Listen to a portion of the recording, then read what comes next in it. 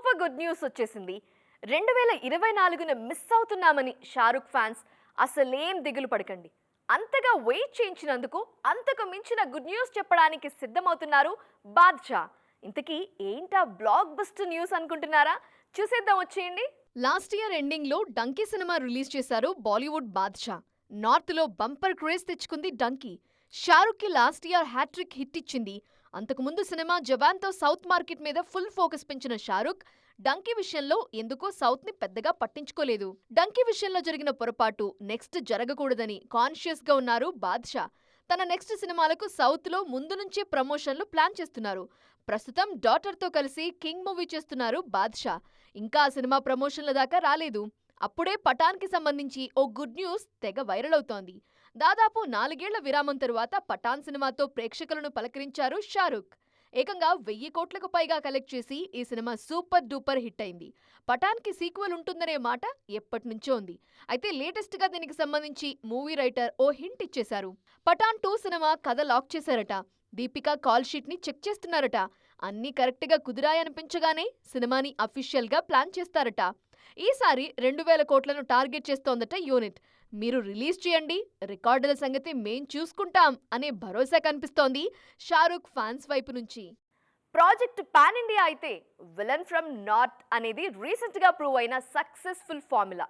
అక్కడ హీరోలుగా చలామణి అవుతున్న వారు మన సినిమాల్లో విలన్లు అవుతున్నారు. మీ మార్కెట్ మీరు చూసుకోండి. మా మార్కెట్లో మాకు కొత్త ఇమేజ్ వచ్చేస్తుంది, కలెక్షన్లు కొల్లగొట్టేద్దాం అంటూ మన వారికి అడిషనల్ కాన్ఫిడెన్స్ ఇస్తున్నారు. యానిమల్ సినిమా గురించి మాట్లాడుకున్న ప్రతి ఒక్కరికి హీరో రణ్బీర్ కపూర్ క్యారెక్టర్ గుర్తొస్తుందో లేదో గానీ విలన్ బాబీ డియోల్ క్యారెక్టర్ మాత్రం చటుక్కున గుర్తుకొస్తుంది. అంతటి ఇంపాక్ట్ క్రియేట్ చేసింది బాబీ క్యారెక్టర్. నెక్స్ట్ కంగువ సినిమాలోనూ తన క్యారెక్టర్ చాలా బావుంటుందంటున్నారు బాబీ డియోల్. బాలయ్య 109లోనూ విలన్ గా చేస్తున్నారు బాబీ. ఒకప్పుడు సంజయ్ దత్ నార్త్ హీరో, ఇప్పుడు సౌత్ హీరోలకు విలన్. సౌత్ లో భారీ విలన్ కావాలనుకున్న ప్రతిసారి అందరూ సంజయ్ దత్ వైపే చూస్తున్నారు. కేజీఎఫ్ లో అధీరా క్యారెక్టర్ అంతగా పేరు తెచ్చిపెట్టింది ఆయనకు. రీసెంట్ గా విజయ్ లియో మూవీలో చేశారు.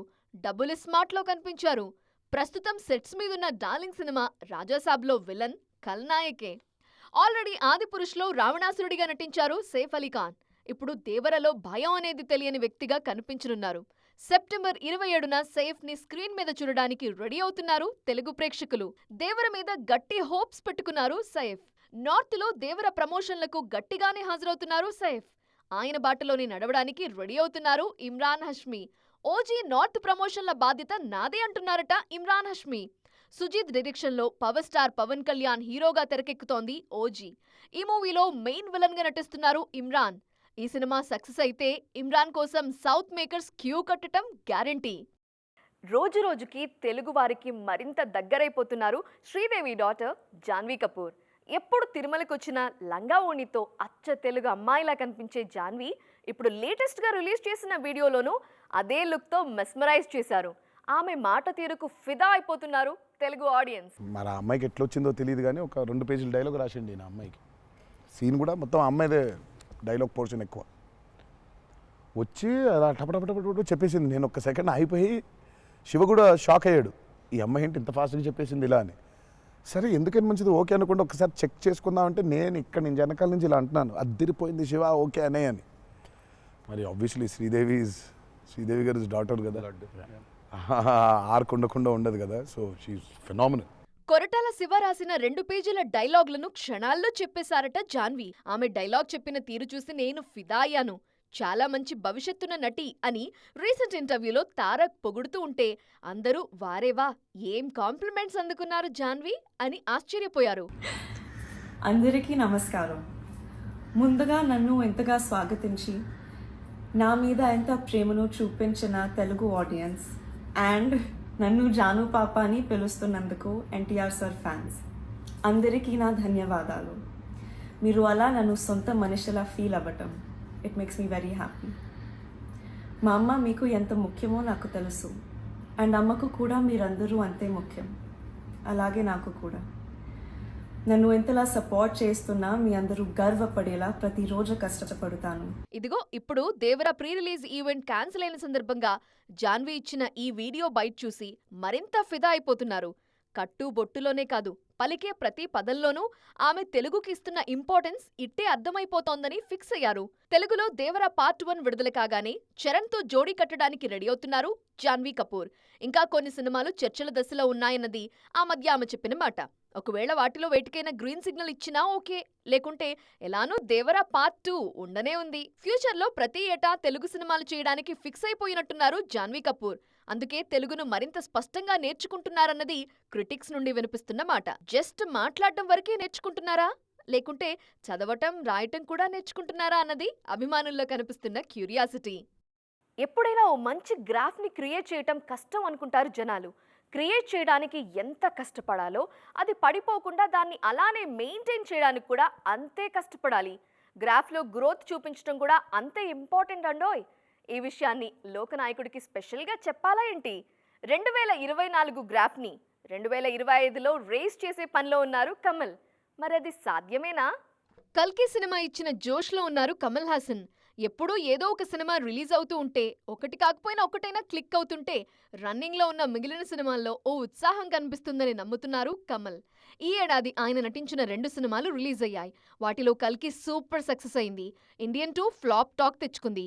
అందరూ ఫ్లాప్ అయిన ఇండియన్ 2 మీద ఫోకస్ చేస్తుంటే, కమల్ మాత్రం రిలీజ్కి రెడీ అవుతున్న ఇండియన్ 3 మీద కాన్సంట్రేషన్ పెంచారు.